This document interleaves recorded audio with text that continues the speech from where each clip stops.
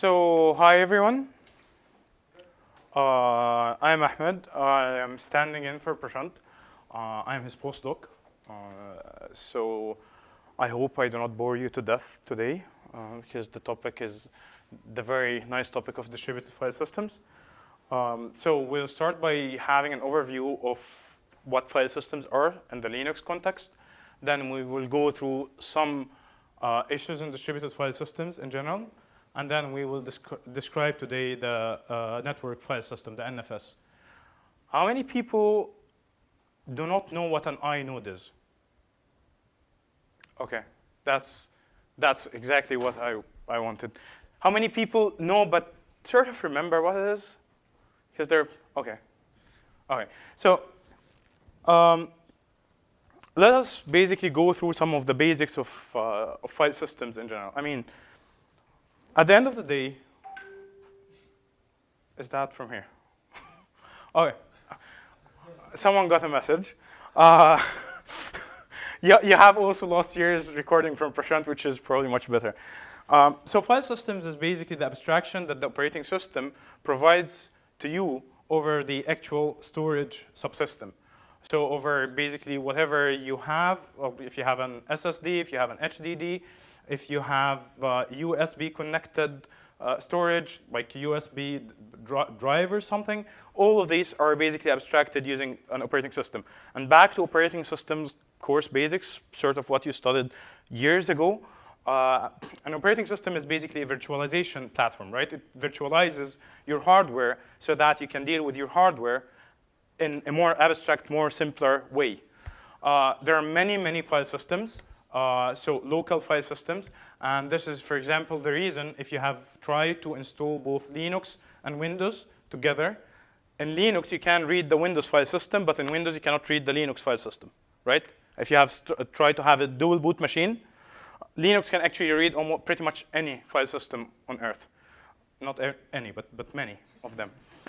That's an exaggeration.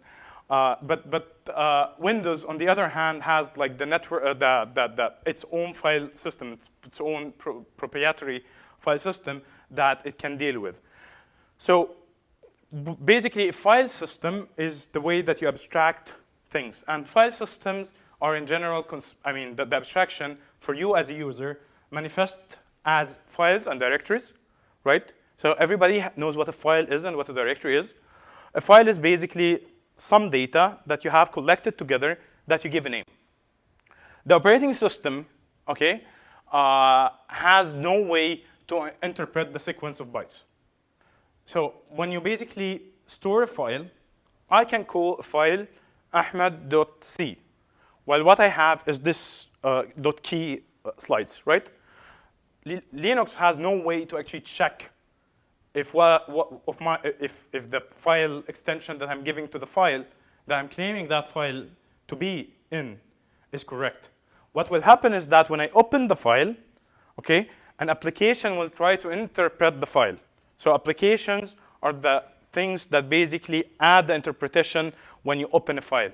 So if you saved it to a .pdf format, your PDF viewer expects some structure of your file. So it will have these headers on top. It will have these headers at the footers on the bottom, and you'll have some PDF specifics inside, right? So a file is a named collection of logically related data, and the operating system has no way to interpret it. It's the applications that do that. Some operating systems actually try to enforce such things as basically if you try to name a file in the wrong format, it will actually check if it's the right format. But this is a lot of complexity for the operating system to handle because there's just an infinite number of file formats now. So almost all modern operating systems do not even try to do that, right? The file system provides a logical view of data and storage function. It basically provides you with primitives to be able to open, close, store, retrieve, append, basically link, rename a file. So this is your file system abstraction, basically. It's a user-friendly interface. In many cases, you don't even know that you're using the file system, OK? And it provides basically the facility to create, modify, organize, and delete files, and provides sharing among users in a controlled manner. So to talk a bit about sharing among users, all files on Linux and even on Windows will have permissions, right? You can grant different users permissions, right? So I like John, I give him permission to my CV. I don't like anyone else, so I basically stop you from accessing my CV, right? So permissions, right? And it provides some form of protection because having these permissions, I basically know that if somebody messes my CV, it's John, right? So he's the person who I'm going to fight with, but none of you guys. So it provides some form of protection for you and your files because not anyone can access all the files.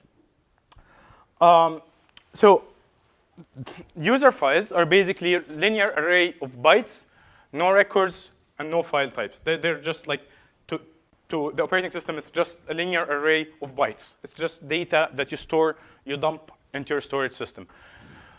Directories are special files that are not directly writable by the user, meaning that in a directory, what you can do is that you ask the operating system to add something to a directory. A file system, the Linux file system in general, is you have the slash, okay? And then you have like etc home something, right? And in home, you can have multiple homes. So you can have Ahmed, Joan, I don't know, Nicholas. And then here, you can have things like, for example, desktop and whatever. And then you can have files. So you have some form of a DAG structure. It's not a tree. It's a DAG, actually. And we'll talk about that very shortly, actually, here. So a directory is basically a special file that stores this kind of data. And here's where the inodes are. The operating system does not understand English, right? I mean, computers do not speak English. They speak numbers. So an inode is basically a low-level representation of your file. So when you basically have a file that is called my CV here, okay? To the operating system, this means nothing. The operating system basically puts metadata regarding this file. And this metadata contains the inode number, which is a low-level number that the operating system can understand. Basically, it gives this number, this file, it's file number 5063, whatever, okay? And this is basically where your inode data is, okay? In a very, very abstract way. You have lots of other data related to the files, which will include the permissions. It will include when it was last accessed. It will include different things. And we'll go through some of these attributes, okay? There are other types of special files, which are like device files, when you add device drivers to your system and so on. And these are basically, because everything in Linux is basically a file, which basically means that when you add a mouse, or you add a keyboard, or you add a new graphics card to Linux, it's just a file. So that's the way Linux actually communicates with the different devices. But we're not going through that now. The file structure is that you have directed acyclic graph, and that means that directories may not be shared, files may be shared. And by shared, we mean having links, right? Do people know what links are? Who does not remember what a link is? Cool. So you basically have an inode number that represents a file, okay? And you have a one-to-one mapping to that inode number, okay? That is basically the file name. If you add a hard link, then what you're doing, and you do that using link my file, I can't remember. I think this is source and this is destination. I cannot remember now. To file 2. You basically, when you do a link, you're sort of adding an extra pointer to the inode number, which basically means that if you delete this, the file still exists because there is still linking to that file. Okay? So deleting a file in that case basically means that the file still exists because I have another link to it. This is what we call a hard link. You can have a soft link, which basically is a pointer to the pointer, which is sort of the shortcut in Windows. Shortcut to my file. Sort of. Okay? So this is basically linking. So in files, directories cannot have links. Why?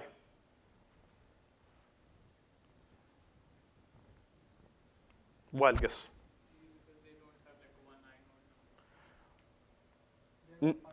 No, because what can happen if you have a link to the directory? The directories do have inode numbers, okay? So what can happen is that you end up with a cycle in the graph. So you basically have, you can end up with basically, if these were directories, right? And this directory is actually the parent of that directory. So so if suppose that here, because I'm just being dumb, I made a hard link that way. And I'm trying to traverse this tree. So I'm basically trying to find files everywhere in my system. So what would happen in that case if I have a link? So it will go down that way, and then when it comes here, okay, it's again, I mean, you can even have, I mean, of course, if you have even a third hard link somewhere, so you can end up with a loop in your system that is that will not be resolved, basically. So for each file, you'll have a directory entry, which contains the file name, the inode number, the major device number, which hard disk it runs on, basically. Minor device number, if they're, these are details on what part of the hardware you're running on. And all inodes are stored at a special location on disk. It's called the super block. Can we also not have directories with symbolic links that can update like that? I think you cannot I don't know. It's worth trying. So we can try doing that. Not on John's computer, but when you go home, it's basically ln minus s, and then you put the two directory names. Okay? So all inodes are stored at a special location on disk. It's the super block, okay, which is the sort of a place in your storage system which contains like a map to your whole storage, right? What is stored where, okay? And inodes store file attributes and a multi-level index that has a list of disk block locations for the file. So again, a bit of review.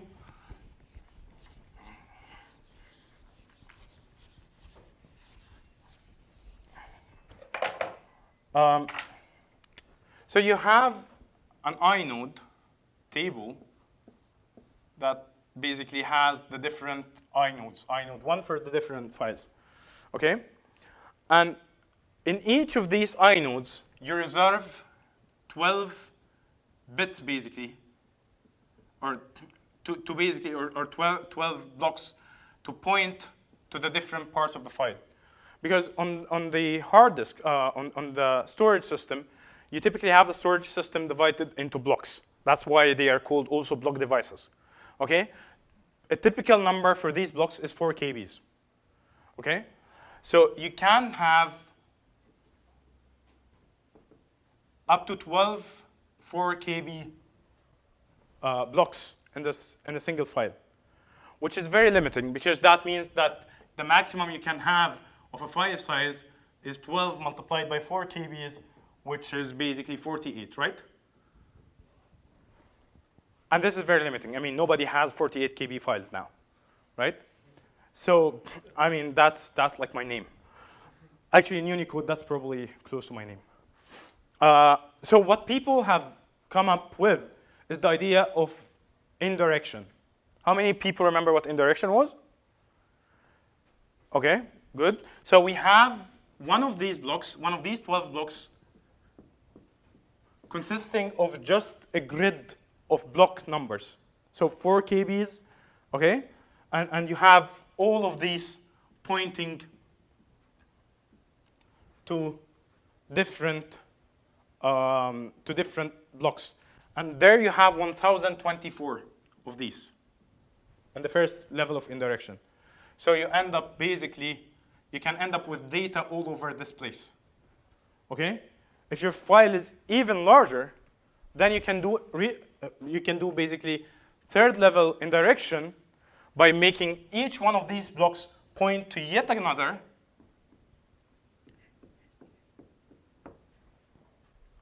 (1,024) addresses.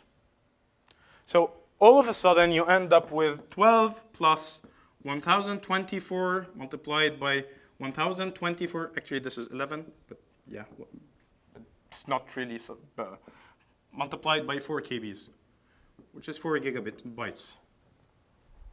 Okay? Roughly. It's not exactly 4 gigabytes.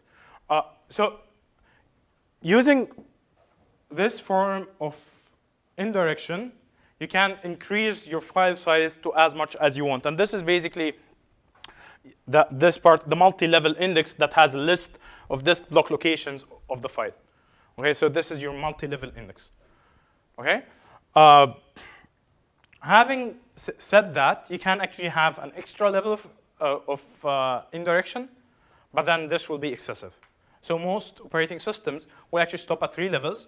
And then if you try to store a file that is larger than 4 gigabytes, it will actually tell you that the file is larger than what the file system supports. It's again file system implementation specific. Okay, this is one way of doing file systems. Okay.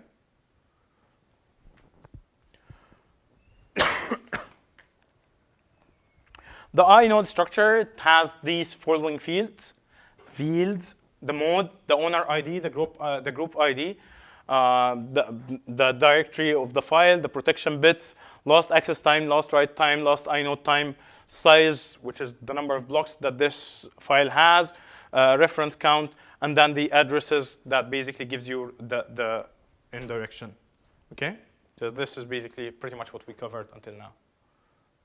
Okay? So now all of this was basically talking about single file system, where you have everything on a single machine, nice and easy, single hard disk, maybe 2, but that's about it, right? Things get a bit messy when you start talking about distributed file systems. Okay? And in a distributed file system, what you're actually trying to achieve is that you're trying to maybe have 10 servers, have all their storage be tied together to give you the abstraction of having a single storage system. So you can basically you can all of a sudden have this very huge array of storage that shows up in your system as if it was a single storage device. Okay? So a distributed file system provides some abstractions, and basically it provides also an API. Okay, for you to communicate between the different storage devices. Okay. And then you have a process that actually implements the file service. So you basically have something on top of your normal file system that gives you this service. Okay. So file services, distributed file systems have 2 main models of implementation. Okay? The first one is where you have a distributed file system where when a client tries to read a file remotely, it will basically do all the operations on the file on the remote server. Okay? So everything is done with RPC. And everybody here knows what an RPC is, right? So everything here is done through some remote procedure call, and the file stays here, all operations occur here, and so on. The other model is basically an upload-download mode, where basically you have a file on the server. You copy the file from the server to the client, okay? The client does whatever processing it needs on the file, reads it, modifies it, and so on, and then pushes back the updated file to the remote server. Okay, and these are two different ways to build a file, a distributed file system. Each one of them has its own pros and cons, of course. Okay, so in this case, the server is stateful, right? Because you sort of need to make sure that you know who is accessing the file in parallel, because multiple people can be accessing the same file in the same time, right? You should have some semantics for consistency for the sharing, okay? On the negative side, now you have a single point of failure. You have a single performance bottleneck. Everybody, if that file becomes popular all of a sudden, well, that file is basically being read by 100 users, 1,000 users. It becomes quickly a performance bottleneck. Reading from that file or doing any operations on that. And also consistency becomes a nightmare, because if all 1,000 users are trying to write in parallel, that means that how do you actually manage consistency in that case? And there is a lot of communication involved, because every time you want to read, you basically have to send an RPC. Every time you want to write, you have to send an RPC. Okay? On the upload-download mode, what you have is that you have a stateless server. Okay? The server doesn't have to really care about what's happening on the client side, right? Because at the end of the day, the client will just push the changes. Now, if the changes if there's inconsistency between different clients pushing the changes, then this is the classical consistency problem. But then this is another thing, right? Now it's just managing the consistency rather than managing who's accessing what. So you push the file here. So it's a stateless server, which also means that it's very simple to implement. Basically, you upload the file, you read the whole file, change it, you push it. Okay? And on the other hand, you basically need to actually move the file from the remote storage to the local storage, which means that if you, for example, your file is pretty large, you don't have enough space, this can fail. Okay? Was there a question? Oh, sorry. So this is one issue with this model. Okay? Plus all the overhead that comes with consistency. But on the other hand, file read, the slowest thing on your single computer, on like this computer, is accessing disk, right?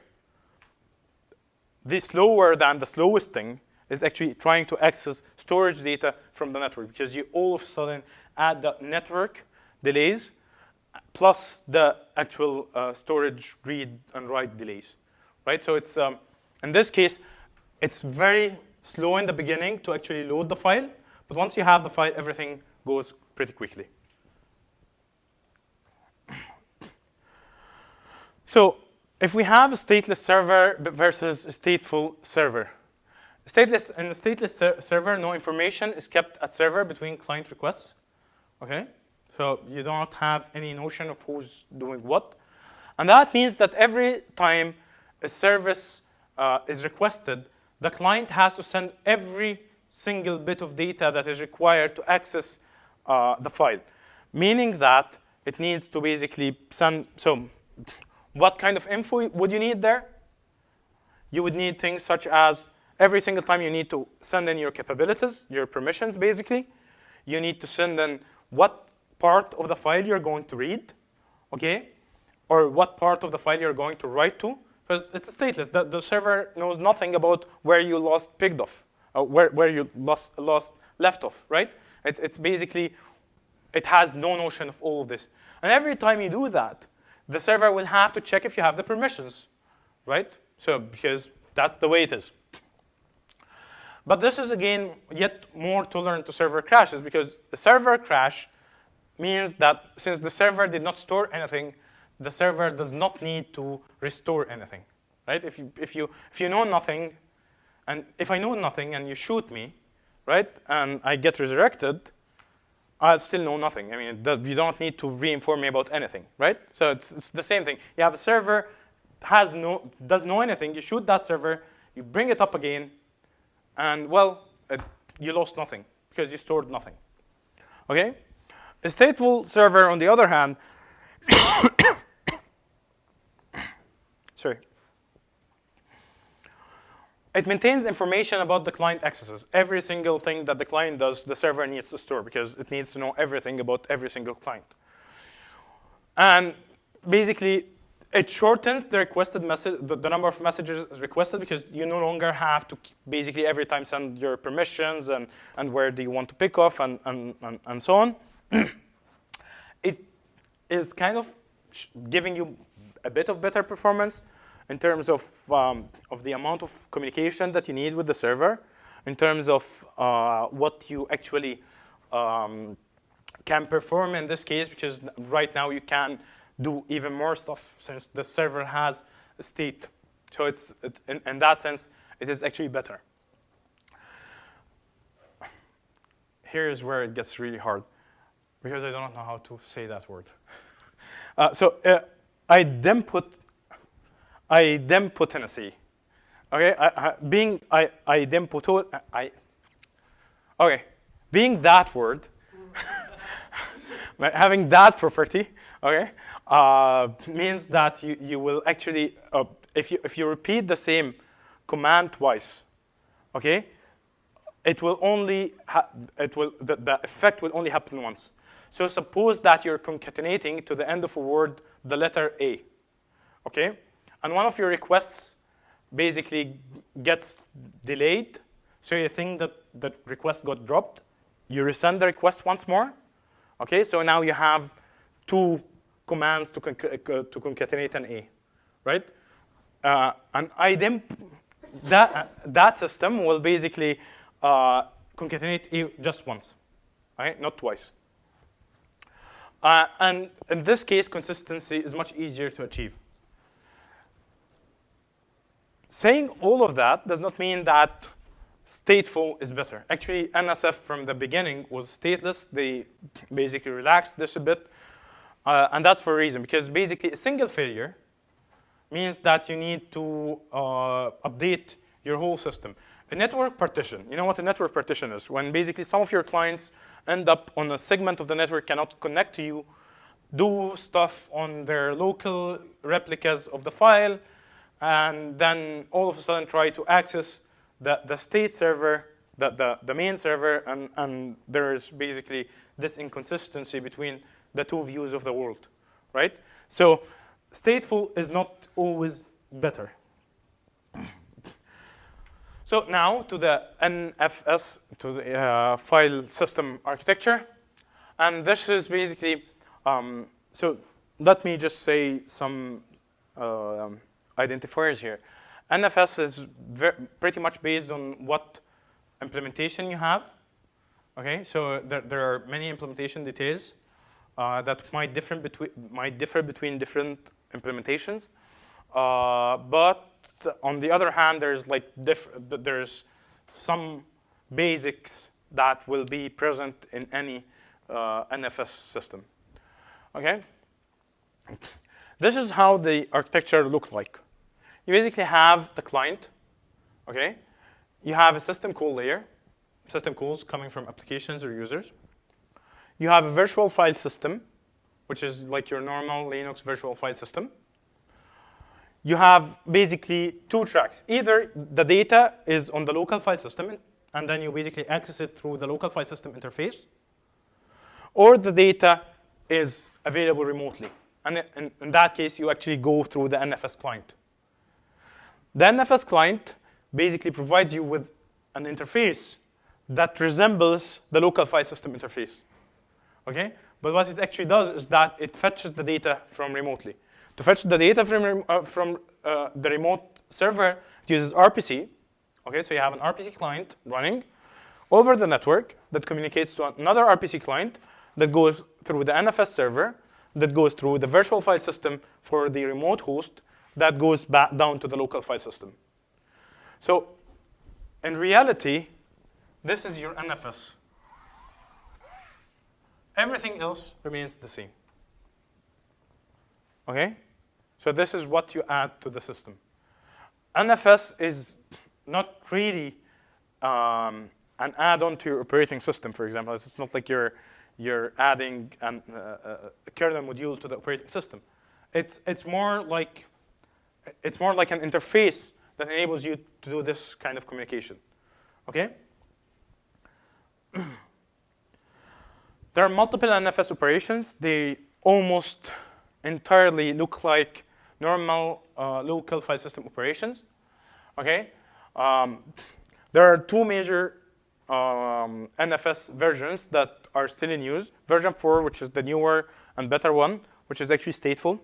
Okay? And version 3, which was stateless, but still is being used because people have been have that version installed since forever. Right? So I mean, people have just not upgraded their system. And you have, these are basically the operations that you will find even in a normal file system, like create, read, write, and so on. And you have some of them are actually supported in version 3, and some of them are supported in version 4 only. Some of them are supported in both versions. And there's a reason. Since, as I just said, version 3 was stateless. That means that, I mean, lots of the system calls were not truly implemented the same way. They will get abstracted, as we'll see, but you didn't have any way to save state. And the two important syscalls is the open and close. Open and close is basically the way that you deal with Linux files. Everything in Linux, you use open and close to deal with that, even the device drivers, right? Even when you're opening a device driver, when you're trying to talk to your graphics card, you're actually opening a file, right? So open and close are pretty much the center of normal file systems. But they were not implemented in version 3, okay? They were actually abstracted, as we'll just see. So on the other hand, version 4, since it's stateful, okay, it actually implemented open and close because it could keep the state on the server side. Because the thing is that open and close, I mean, do you know what is the return type of open? If you call open in C or in, what do you get? Integer? Yeah, integer, file descriptor, right? And that file descriptor is basically what you use to communicate with that file. So to have open implemented truly, you need the server to know that number, right? Otherwise, it doesn't make sense. I mean, that number is actually a pointer to that file, sort of. It's not a pointer because it's an int, but in reality, it basically tells the operating system what file you're trying to access. So you need some form of state to be in the system. So this is version 3 implementation of open, okay? This is version 4 implementation, and with some add-ons. So there is also a very famous syscall, which is lookup. Lookup is basically a call that enables you to check if that file even exists. So the way that version 3 would make you open a file, would allow you to open a file, it will just basically take the open call and instead do a lookup. Check if that file even exists. And if that file exists, okay, it will return a lookup name to the client. The client can then basically issue a read command. And since it's stateless, the client knows that, well, my server is stateless, right? It will basically send in all the headers, all the information that is required for this read to actually go through the file. Because all the state is kept at the client side, okay? On the other hand, when you're using the version 4 NFS, you basically can sort of send a bunch of calls, of syscalls, of NFS calls together. So you do a lookup, an open, and a read. All of them at the same time. The server, since the server can actually store state, so it will do the lookup, find the file, because you need to find the file, okay? And then it will do the open, return the file descriptor, okay? And then do the read using the file descriptor that it actually got, and send data to the client. Can any one of you tell me why is the performance on the right-hand side better than the performance on the left-hand side? There is only one call. Exactly. Here you have 2 round-trip times. So you have this time, this time, this time, and that time. So one round-trip time, second round-trip time. Here you have a single round-trip time. Okay? So it's actually this is a performance optimization. Okay, any questions? Am I going? Yeah? So this version 3 and 4 are they equivalent in the sense like they're useful in different cases, or No. is it a consideration that version 4 is better? Version 4 is better. So What's the reason for moving to a stateful architecture? because basically, well, there is a long, pretty nice article on the Linux journal. It's called "Why NFS Sucks." Okay, it's from 2006. Everybody basically realized that, okay, I have this system that, yes, allows me to access data on the remote server, but it does not provide me with any consistency guarantees, right? Because, well, it was the case that even one of the famous issues with version 3 is that since you do not keep state, one process reads a file, okay? So it is now operating on some local cache of that file. The other process comes in and removes that file, right? So that file no longer exists on the server. So that process, when returning, okay, I mean, that is basically a very weird state. And then it's left for implementation, of course. So everybody will implement his own solution. So should you basically rewrite that, whatever was, so which one is the correct one? Is it the one that removed it, or is it the one that has a copy and wants to write it? So I mean, it was very notorious. There are all of these guidelines basically telling you, you shouldn't really use an NFS server with your email client because, well, if you delete an email while another email arrives, you can end up with your mailbox basically in some limbo state. So people basically pretty much knew that NFS sucks. It was a very useful tool at a different time. I mean, we are talking about like times when computers were much slower than your phone, and they had less memory than your phone, basically. But now you can do much better. Okay. Also, network speeds have gone extraordinarily fast. So now you have like I don't know if but there is something that's called, for example, RDMA. Remote data memory, remote memory access, basically, and that is something from the 80s, right?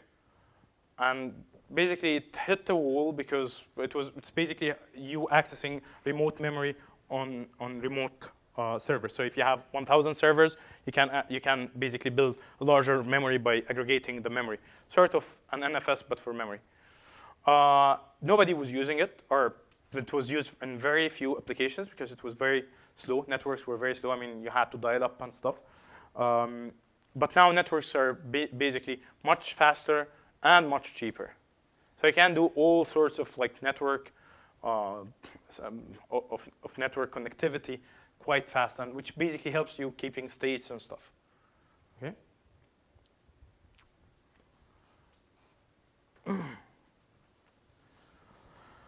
So what happens when you mount? Do you know what mounting is? Okay? Who doesn't know what mounting is? Okay? So, great. So, since the way that we talked about the Linux operating system, we said that the file system basically starts from / right? And then you have like the normal etc, the different directories for Linux, whatever these directories are. Okay? Sometimes you basically come in and connect your USB your USB hard disk. Okay? And when you connect it, you want that storage that all of a sudden appeared in your system to go somewhere. Right? Where do I put it? Should it be in /? So mounting is basically telling the operating system where should you put this extra storage. Okay? So you can have mount, and then you basically suppose that your connected device had 2 folders, and these 2 folders were desktop and documents. So mounting is basically telling the operating system, okay, take this bunch of this storage that you just got and hook it up somewhere, mount it somewhere. So this is mounting. Okay?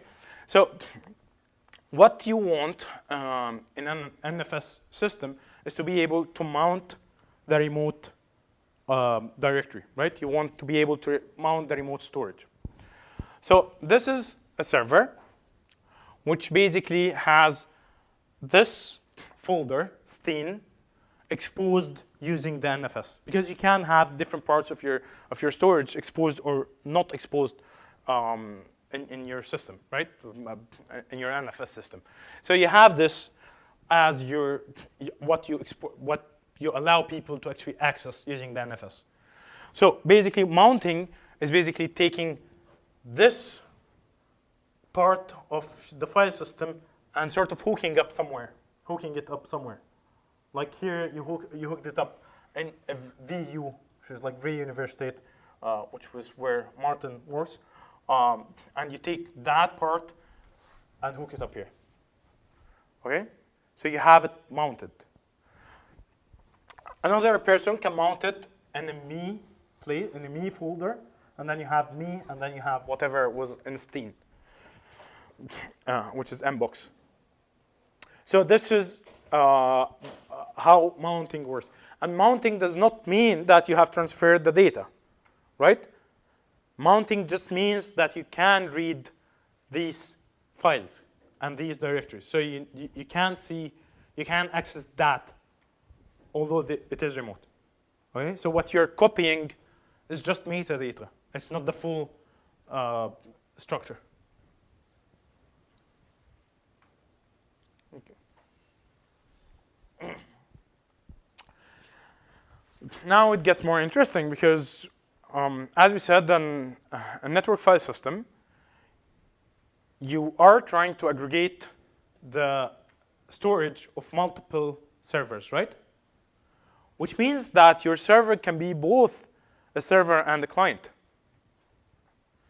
So it has this, it can play 2 roles. In some roles, it can be mounting something from another server. In some roles, it can be basically allowing others to mount whatever it has. So there is nested mounting or crossing mounting points. Okay? Suppose that server A was acting as a client to server B, basically mounting this folder, that install folder, which has some install binaries. Okay? And it mounted it over here. And now client wants to mount this whole blob of data into its file system. So how would basically NFS work in that case? Again, since version 3 did not have any state, it was stateless, they actually decided that for security reasons, if you mount this, we're not going to show you that. right? I'm not going to keep state of anything. I'm not going to try to keep security state or try to check on things. So no, you will get basically an empty directory if you try to access this. NFS version 4, they basically said, okay, users are, but they actually know that this is a networked file system, which means that if you already allowed something to be mounted, you use permissions, because you can have permissions on per directory basis. And if that user have the correct permissions to access this, and since I keep state, I can actually tell the user, you're permitted to access this or you're not permitted to access this, right? Because I'm keeping state now. So I keep state of the permissions of this mounted folder. Okay, so now the client can do nested access, which is an interesting thing. Okay.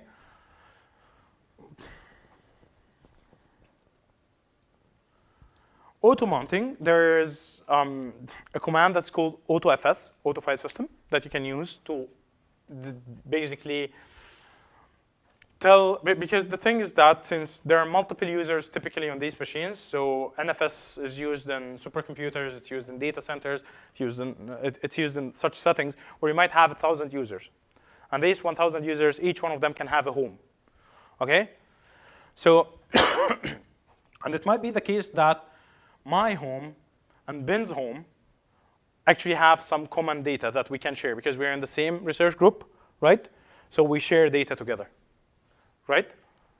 So if Ben is mounting his home directory in some previous versions of NFS, it will actually just mount his home and my home. So it will mount everything. Everything, all the home directories. Okay? Anything that is exposed through the NFS will be mounted at the same time.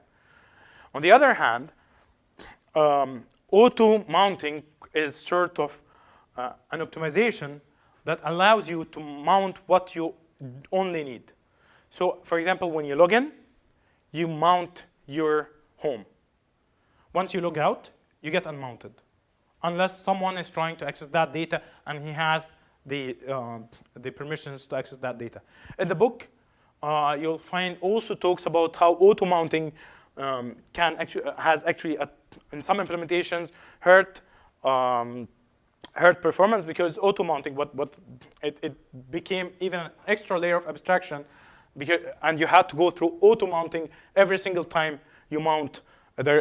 You do any disk operations because you wanted to check is it mounted or not. So you went through auto mounting and then it might be mounted. Everything was directed through the auto mounting module. This has changed somehow, but as far as I know, that Prashant doesn't really go through this in his lecture. Okay, but it's in the book. So if you're very much excited about network file system, you can read more about auto mounting. There are file attributes. So since NFS is designed to be very flexible, meaning that it can handle multiple file systems at the same time. So it might be the case that the 10 servers that I have, each one of them runs a different local file system. So one of them runs NTFS, one of them runs extended second, one of them runs extended third, and so on. So to basically enable all these file systems, I mean, each of these file system implementations has its own attributes and its own things that are exposed. So to basically enable this portability, what they did is that they decided that this is the absolute mandatory file attributes that should be in any file system that is supported by NFS. And these are 4 attributes that sound pretty dumb, actually. The type of the file, is it regular file, is it a directory, or is it a link? Okay?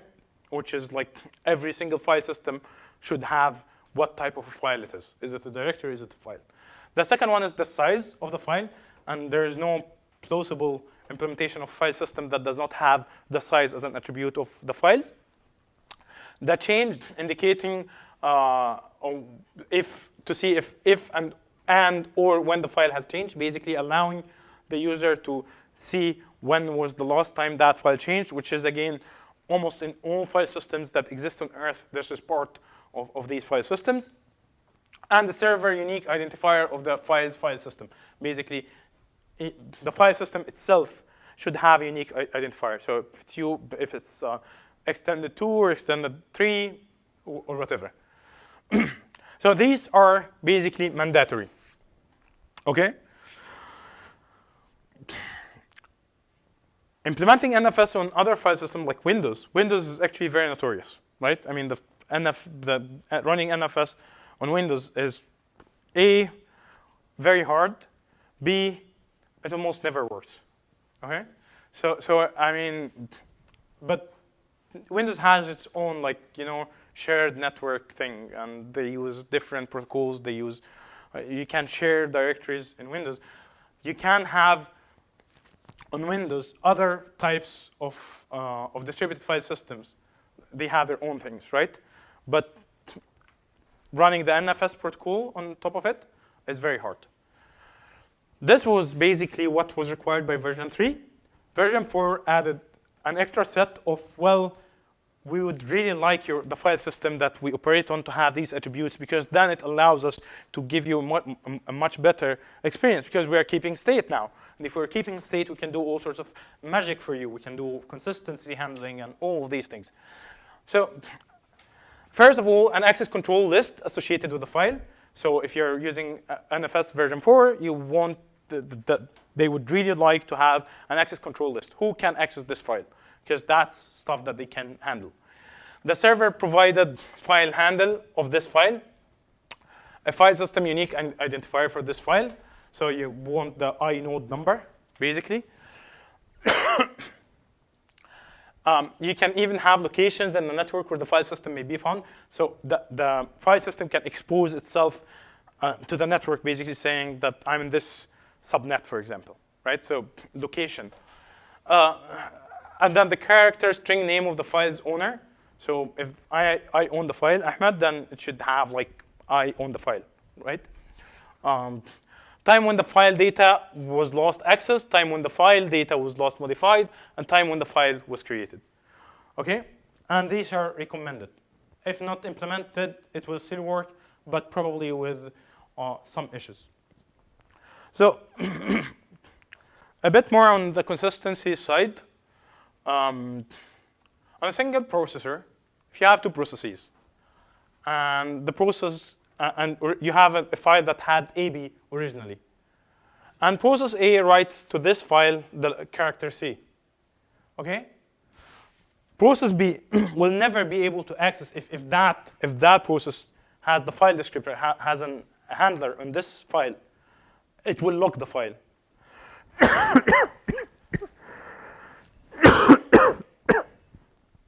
Sorry. So process A will log the file and will write C, and process B, surely when it reads the file, it will read the most recent copy of the file. On the other hand, in the distributed file system, where you do not have state and no locking, you can have a file server that has AB. Client machine number 1 takes a copy of AB and writes C to that copy. Client machine number 2 reads that copy, okay, reads the old copy, while this one is still not updated. So you can end up with these kinds of things. And again, this is for stateless NFS.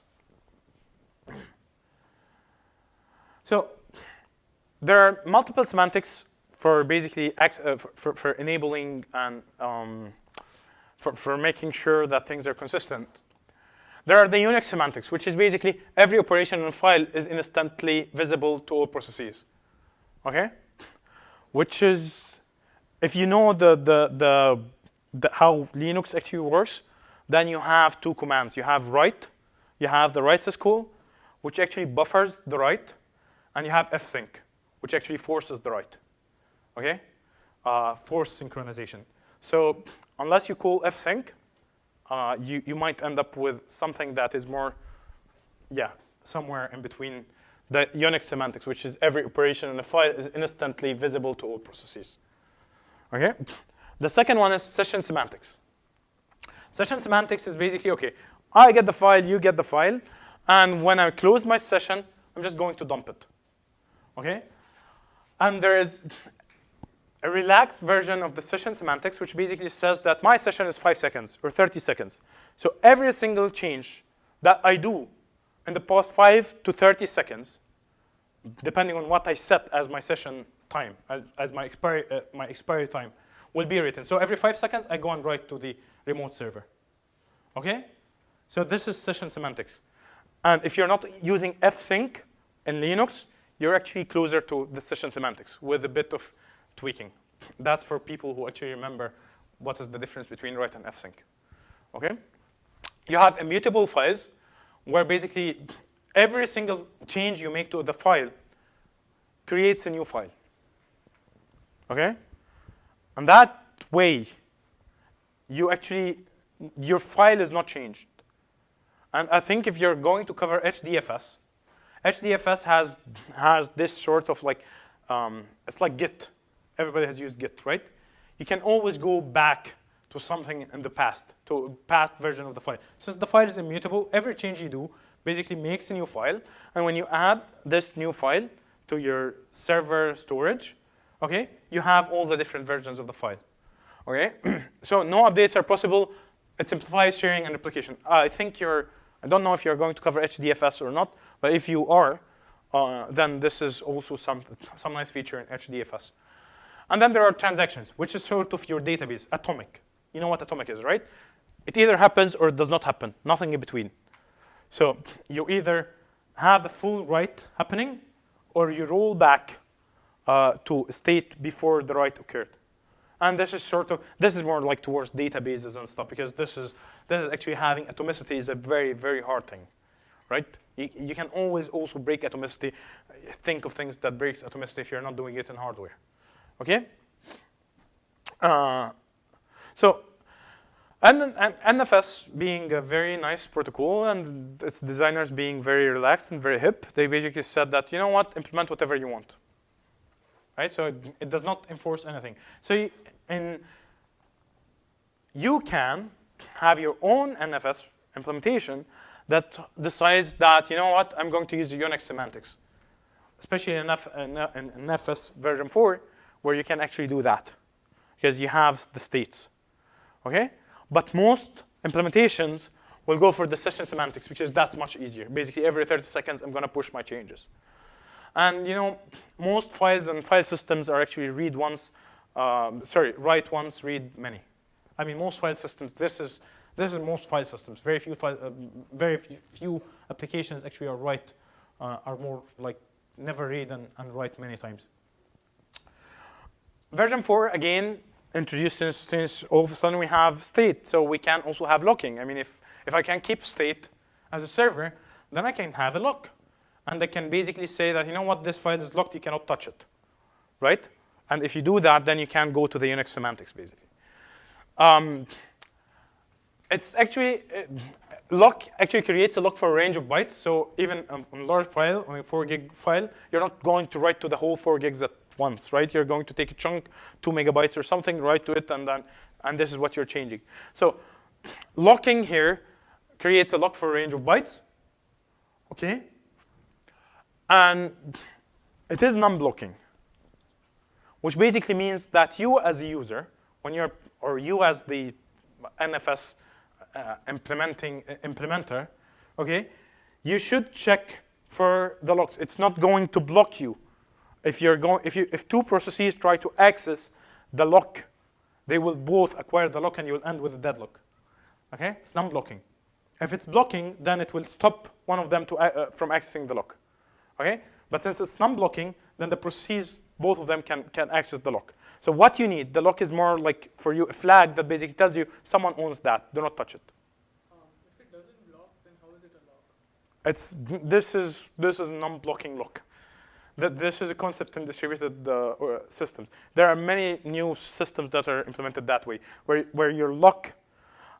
I'm not sure I think these are just 4 kinds of locks in the system.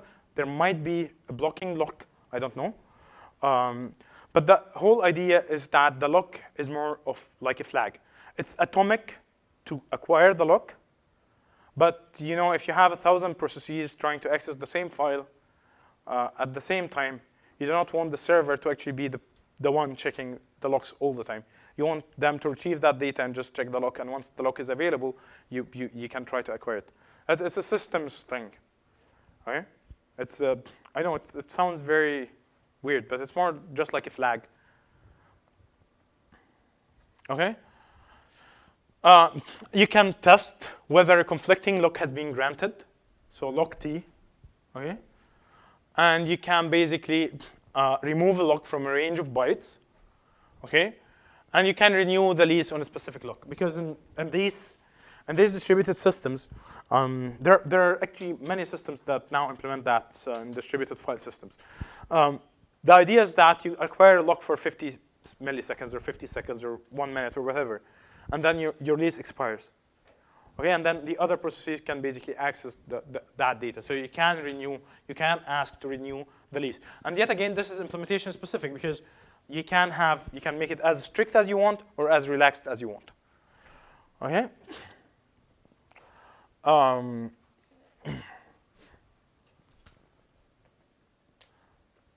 So this is like how locking would ideally behave. So if you're building your own NFS client, you want to make sure that if the current file denial state is none, okay, then anything you try to do, any operation that you try to do should go, read, write, or both. If you have a lock on the read, because you can't have only a read-only lock, right? If you might basically implement it such that all other reads fail, okay? I mean, this is more of as far as I understand, this is more of a suggested looking mechanism for your client implementation rather than what you really have to implement.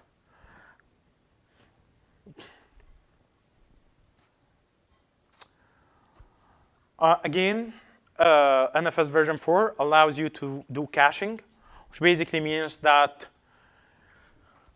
the client application can cache some data after reading it from the NFS server, okay? And this cache data stays in your memory, and then you flush it whenever you want, based on what we just said, which is basically you update every 30 seconds or something, okay? And again, this is the Sun implementation. Different implementations do caching differently. It's a very, very relaxed protocol. Of course, if you're having NFS installed, you're going to use one implementation. You're not going to use all of the implementations together. You also have delegation. If you remember in the beginning of the lecture, we talked about two models to access files. One of them was basically to copy the file and do all changes on the client and then push the file back. The other one was through RPC. Old style, old school NFV allowed only for RPC calls. Okay, so you would only go use RPC to read, to write, to do anything. Okay, and that's why you had basically to send all the information that you needed when you did the read and when you did the write and so on. Okay, everything was done at the server side. NFS version 4 allowed you to actually do upload download as part of the protocol, and that is using something that they call delegation, where the server basically delegates its responsibility to the client. Okay, and at any point in time, the server can decide that I'm revoking my delegation. So what would happen is that client asks for file, server sends the file with delegation. Okay. So now there's a local copy. Now the client can operate on this local copy for as long as it has the delegation. Okay? Now suppose that a new client process comes from here and asks for the old file. Okay? Now the server recalls delegation, basically telling the client, okay, no longer yours. Client pushes the new updated file, and the new process can now read the file, and they go back to basically normal RPC operation. Okay?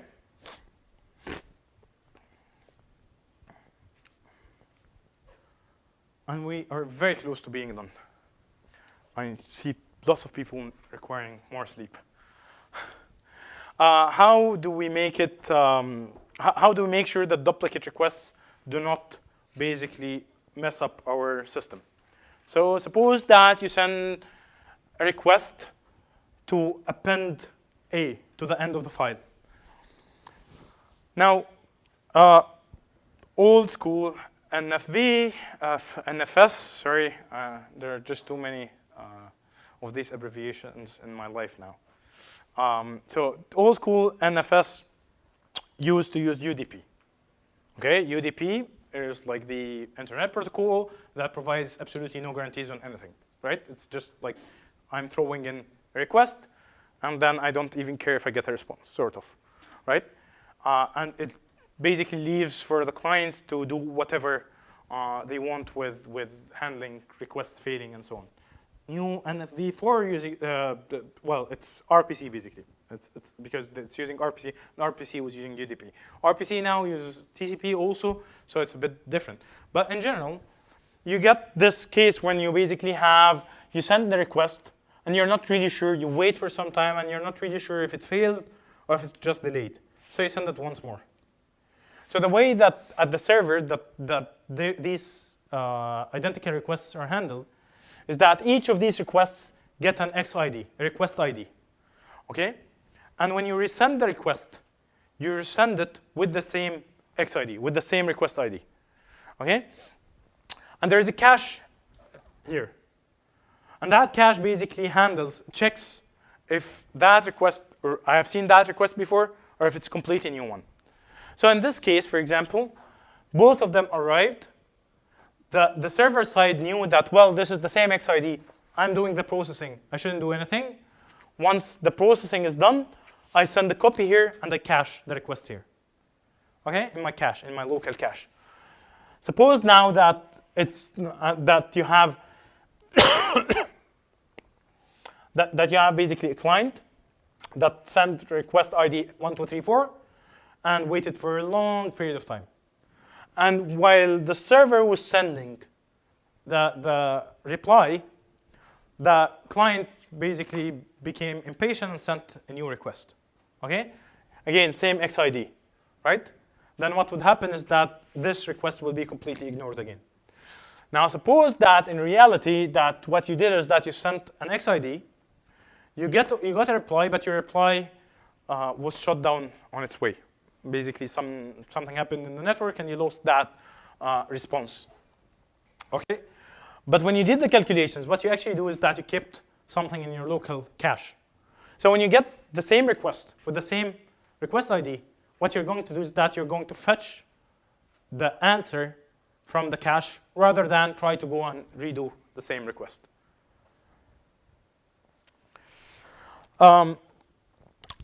So NFS, old school, did not have any security, which basically meant that you were sending your data on like the clear. There was no encryption. Well, there was no. If you do not have state, then how would you keep keys, right? You know that encryption requires keys and stuff, right? So, so since there was no state, there were no keys, and thus everything was sent on the network. If you know how to use Wireshark, if you do not, then you should. Because it's a really cool tool. So you run Wireshark in promiscuous mode, and you collect the data from the whole network that is unencrypted. And you could read all the data that was sent. It was okay if you were running on LAN, on local area networks, but it doesn't work if you're running on the internet. So now, you basically, this has evolved into having some sort of a secure channel. And to use that, it uses secure RPC. Secure RPC is secure remote procedure calls. It actually uses Diffie-Hellman, DES encryption. It provides you with lots of these things that you can use to actually encrypt your data. So and again, it's just like HTTPS. When you're accessing a web page through HTTPS, you do not really do anything, right? You just get the data, but it's encrypted. It's your browser that's communicating with the server in HTTPS. So it's quite similar. Secure RPC provides you with these with multiple ways to provide security. Most common is DES and Diffie-Hellman for key exchange. Okay? Do you know what DES is? It's an encryption. It's one of the most popular encryption protocols that got replaced by AES at the Advanced Encryption Standard. The first one I cannot remember. It's DES was something encryption standard. Okay. Replica servers, NFS version 4 supports replication. Entire file systems must be replicated if you're doing multiple replicas because all of what we have talked about does not handle fault tolerance if the actual storage fails. Version 4 now supports some form of replication, and you use the fs_location attribute for each file to basically know which part of the network is it in. And replicated servers is again implementation specific. And thank you. Do you have any questions?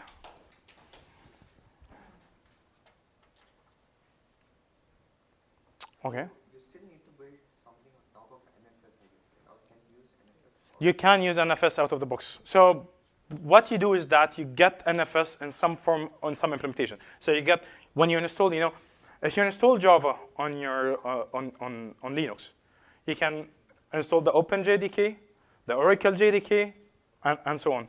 So you just pick an implementation and stick to it, right? So and the implementation, the system administrator will actually handle all of that. I think you guys are using EdLab, right? So EdLab is actually built on NFS, and you just get your home directories through NFS, right?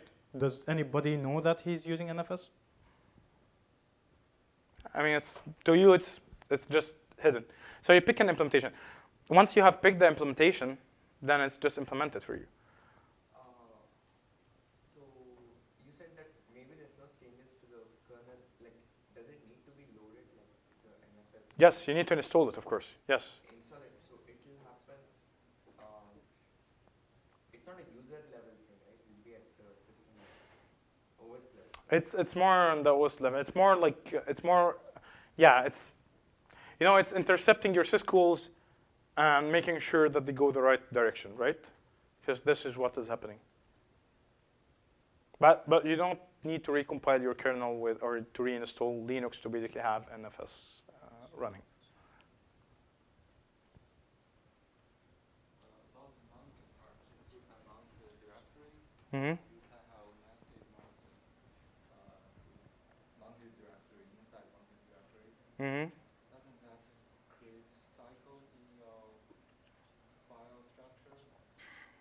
So the question is, since mounting you can mount nested directories, would that create cycles or can that create cycles in your file system?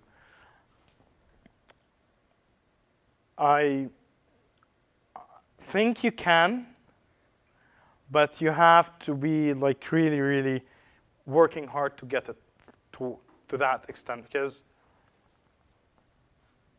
yes, you can.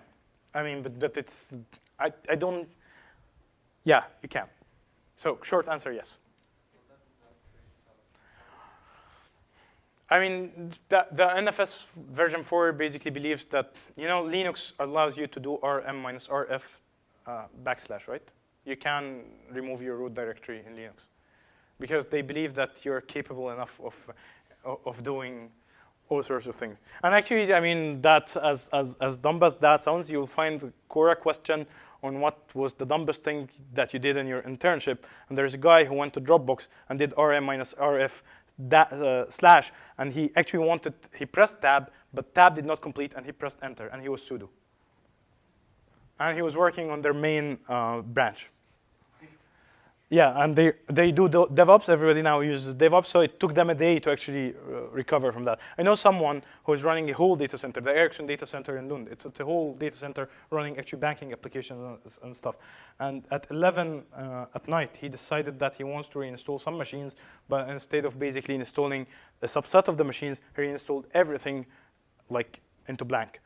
So I mean, you have all sorts of, yeah, and it took them 10 days to actually recover that data, with calls from banks and from people basically pretty unhappy with their performance. So at some level, people trust that if you're using that, you kind of know what you're doing, right?